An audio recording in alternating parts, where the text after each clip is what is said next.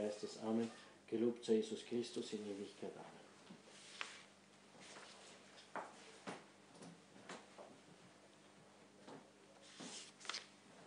Au nom du Père et du Fils et du Saint-Esprit, ainsi soit-il. Bien chers fidèles, en ce 6e dimanche, après l'Épiphanie, c'est la parabole, n'est-ce pas, de la graine de sénapé. Et tous les années, tous les ans, nous lisons avec Saint Jérôme l'explication de cette parabole et nous n'avons pas peur de répéter ce que nous lisons tous les ans. C'est trop important pour penser de devoir chercher ailleurs, sinon dans ce que l'Évangile, ce que le bréviaire nous enseigne à ce sujet, l'interprétation, l'explication plutôt de la parabole par Saint Jérôme qui d'abord explique ce que signifie le royaume des cieux. Ensuite, il se pose la question qui est l'homme qui sème cette graine de sénapé. Et ensuite, il fait la comparaison entre les doctrines sages, très sages et hautes de l'Antiquité, et la doctrine, à premier abord, comme il dit, qui n'inspire pas confiance de vérité, en parlant de l'Évangile. Eh bien, il se pose la question, qu'est-ce que c'est le royaume des cieux? Et il donne 3 éléments. Le premier, c'est la prédication de l'Évangile. Et la deuxième, c'est la connaissance des Écritures. Si nous n'ajoutons pas le 3e élément, nous aurions donc la prédication de l'Évangile et la connaissance des Écritures. Ou si nous voulons la connaissance des Écritures, surtout de l'Ancien Testament, en tant que annoncement du Nouveau Testament. Comprendre les Écritures, comprendre l'Ancien Testament, comme il signifie, il prépare au Nouveau Testament. Voir tous les grands personnages de l'Ancien Testament comme les types du Christ qui est, n'est-ce pas, le complément de l'Ancien Testament, le Nouveau Testament. Si nous arrêtons à ces 2 éléments, nous pourrions certainement trouver la prédication de l'Évangile parfaitement expliquée par l'Ancien Testament. Nous pourrions trouver un prédicateur excellent, doué non seulement de la parole, mais même de la capacité de susciter profonde admiration pour l'Évangile, même à suggérer même les larmes à son auditeur. Mais voyez, si nous nous arrêtons à cela, le royaume des cieux, comparé justement à la semence de la sénapé, serait justement la sémence de sénapé telle que nous la trouvons lorsque nous allons dans le magasin acheter les semences. Alors il y a le stand avec les petits sachets, on peut choisir. Moi je prends la sénapé, petit sachet, je ne sais pas, 2 € si c'est beaucoup, et la sénapé là-dedans. Mais cette semence, si je ouvre le sachet, si je la regarde, est une toute petite sémence, et ça correspond à ce qu'il dit dans l'Évangile, est toute sèche, dure. Est-ce cela, l'arbre de sénapé? Oh, bien sûr, Aristote me répond, oui, en puissance, mais non pas en acte. Mais la chose en puissance doit passer à l'acte pour être vécue. Eh bien, c'est le 3 élément en fait qui manque. Saint Jérôme parle du royaume des cieux comme la prédication de l'Évangile et la connaissance des Écritures, mais il ajoute prédication de l'Évangile et connaissance de l'Écriture qui mènent à la vie. Dans le sachet, la semence n'a pas de vie.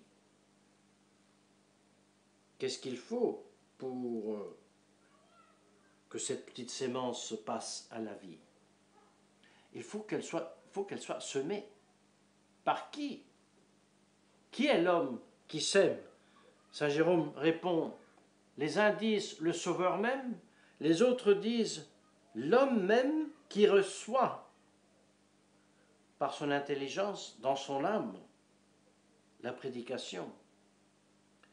Et je ne pense pas que c'est disjonctif les deux, mais c'est les deux qui sont l'homme qui sème. C'est Jésus-Christ tout d'abord, et sans lequel et en dehors duquel il n'existe pas de royaume des cieux, mais c'est nécessairement aussi l'homme, c'est aussi moi qui reçois la semence, la prédication de l'Évangile, dans mon intelligence, dans ma volonté et dans mon cœur. Et cela ne suffit pas. Une fois que j'ai reçu cette prédication, je dois la soigner avec cure, la conserver avec attention. Dit Saint Jérôme, humore fidei facit in agro sui pectoris pullulare. L'homme fait pulluler dans le champ de sa poitrine par les humeurs de la foi. Qu'est-ce qu'on entend par humore fidei, sinon ce qui fait germer la semence? Au point de vue naturel, nous savons que pour faire germer une semence, il faut surtout l'humidité et la chaleur afin que la semence naisse en mourant, n'est-ce pas? C'est le grand mystère naturel, merveilleux, n'est-ce pas, du fait de germer. Eh bien, sans que donc une poitrine humaine raisonnable, douée de raison, volonté, avec son cœur, ne reçoit cette semence reste morte. Et le fait de recevoir et de faire pulluler et faire germer et faire vivre la semence prêchée fait si que cette semence ensuite croît et devient une plante. Et puisque cette plante est saine et bonne, elle chasse tous les parasites, tous les ennemis, tous les obstacles au développement, ou l'accroissement de cette plante qui, transposée dans le royaume des cieux, ce qui empêche, ce qui est un parasite, ce qui fait mourir le royaume des cieux, la semence reçue dans le cœur de qui écoute la parole prêchée, c'est la triple concupiscence. Donc le fait de recevoir, de faire pulluler, de faire croître le royaume des cieux, c'est le combattement contre la triple concupiscence pour faire croître et développer la vie de la grâce dans notre poitrine. Et voilà que Saint Jérôme passe au point suivant. Quel grand paradoxe! Cette doctrine de l'Évangile qui change le cœur, la vie des hommes, et lorsqu'elle est semée dans le monde, comme il est arrivé dans l'histoire du christianisme, a même changé le monde, comment ça se fait-il que cette semence, cette doctrine du royaume des cieux, qui au premier abord, dit-il, n'inspire pas confiance en sa vérité, comment ça se fait-il que par contre cette tellement petite et insignifiante, même rebutante doctrine au premier abord ait eu ce succès et non pas les magnifiques doctrines, les très belles éloquences des antiques auteurs qui parlaient et parlaient bien tellement bien qu'ils étaient repris même par un saint Thomas, des vertus, de la prudence, de la justice, de la tempérance, de la force, et toutes les autres grandes vertus de l'amitié, n'est-ce pas? Comment ça se fait que ces doctrines n'ont pas eu le succès qu'a eu le succès d'une doctrine qui pratiquement humanise un Dieu, déclare un homme être Dieu, et en plus ce Dieu qui est déclaré homme meurt sur la croix de la façon donc la plus ignoble possible. Comment ça se fait-il? Eh bien ça se fait de la façon suivante, c'est que contrairement à ce que pensait, n'est-ce pas, l'humanité aveuglée par le péché, aveuglée par l'idolâtrie, n'est-ce pas, Jésus-Christ n'est pas un homme qui présume et qui se arroge le titre de Dieu, n'est-ce pas, comme faisaient les impérateurs qui se sont fait donc déclarer Dieu, mais c'est parce que Jésus-Christ est vraiment Dieu. Et non seulement Jésus-Christ est vraiment Dieu et vraiment homme, voilà pourquoi sa doctrine peut être une doctrine qui parle de mort, de crucifixion, d'abnégation, de mortification. Pourquoi? Parce que tandis que les anciens auteurs, les antiques, n'est-ce pas, parlaient de façon merveilleuse de la vertu, de l'amitié, de l'éthique, mais ils laissaient à côté le problème du mal, le problème de la malice, le problème de la mort, le problème de la vie éternelle. Eh bien, Jésus-Christ, qui est vraiment homme et vraiment Dieu, affronte, parle de ce problème et le résout en chargeant sur soi, non pas le péché bien sûr, mais les conséquences, la punition pour les péchés, il les prend sur soi, il les escompte sur la croix, à notre place, en pacifiant le Père et en salvant le genre humain. Le genre humain, oui, mais le genre humain, un à un, chaque individu, oui, pour chaque individu, Jésus-Christ est mort sur la croix, mais chaque individu doit recevoir, accepter dans sa poitrine, dans son cœur, dans sa volonté, dans sa intelligence, ce royaume des cieux, la vie que Jésus-Christ nous a transmise, la vie qui est le Nouveau Testament, siglé dans son sang, la Sainte Messe, il doit le recevoir. Et là, c'est la grande différence. Jésus-Christ, avec la doctrine minime, qui se contente de très peu, a eu le résultat maximum de sauver de la mort éternelle, de sauver du péché et d'ouvrir à l'éternité glorieuse. Tandis que les plus grands auteurs qui ont parlé de la façon la plus merveilleuse sur, oui, la vertu, l'amitié, le bien, même le mal, etc., le vice, la vertu, mais effectivement, ils ont produit rien. C'est pour ça que Saint Jérôme dit, ces doctrines des philosophes antiques et païens sont floches, sont des plantes, des herbes qui meurent tout de suite, qui sèchent tout de suite.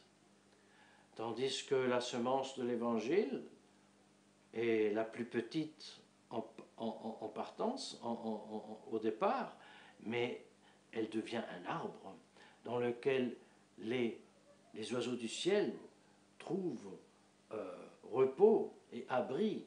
Et ces oiseaux du ciel sont et les âmes, n'est-ce pas, qui ont accepté le royaume des cieux, et même les vertus de ces âmes qui se nourrissent de la lymphe de la vie du royaume des cieux. Dans les branches de cet arbre que Saint Jérôme dit, je pense que ce soit les dogmes, n'est-ce pas, les grandes vérités. Oui. Si nous avons dit au début que la prédication de l'Évangile et la connaissance des Écritures, c'est-à-dire la connaissance de la vérité, ne sert à rien si elle ne conduit pas à la vie, comme il ne sert à rien d'acheter la semence au magasin si elle n'est pas humidifiée dans la terre et dans la chaleur et avec tout ce qu'il faut encore, la lumière, je ne sais pas, les engrais. Eh bien, il ne reste pas moins vrai que la connaissance de l'Évangile, de sa prédication des Écritures, est une condition sans laquelle cette vie ne peut pas naître en nous. Donc, le royaume des cieux est cette vie.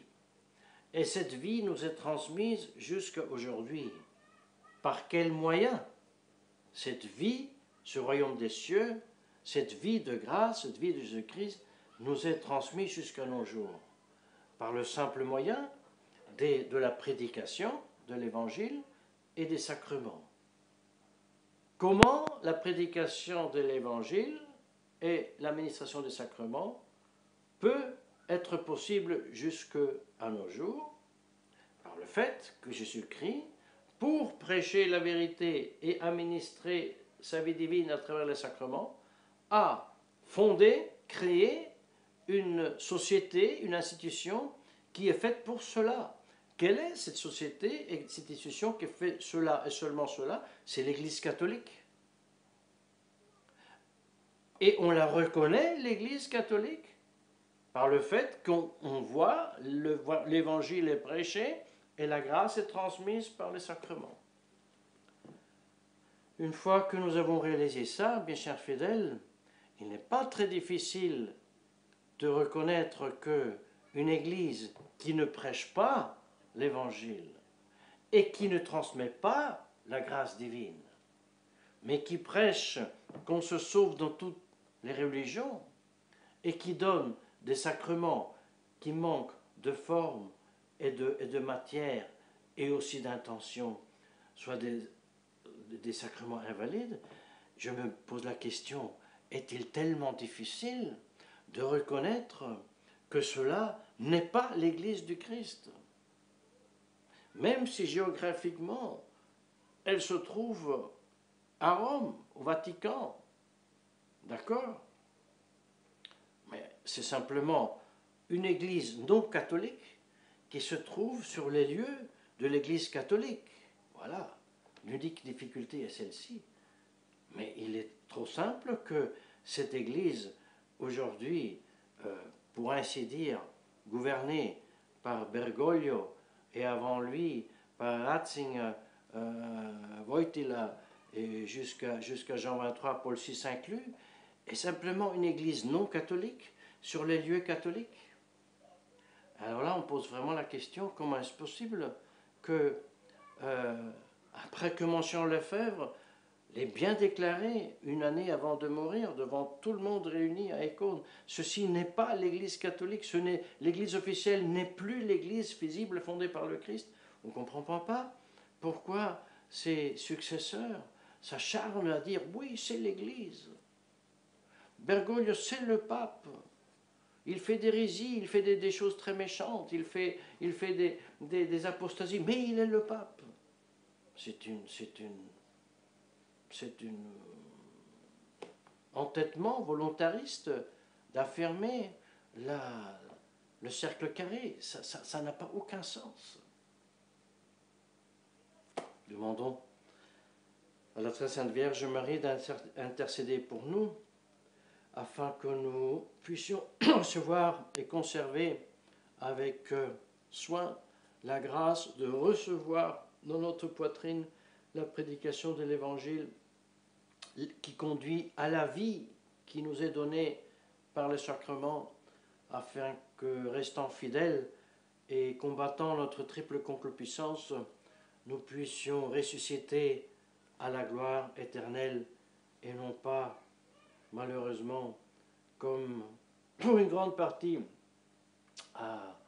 aux flammes de l'enfer, mais justement à la gloire du ciel, au nom du Père et du Fils et du Saint-Esprit, ainsi soit.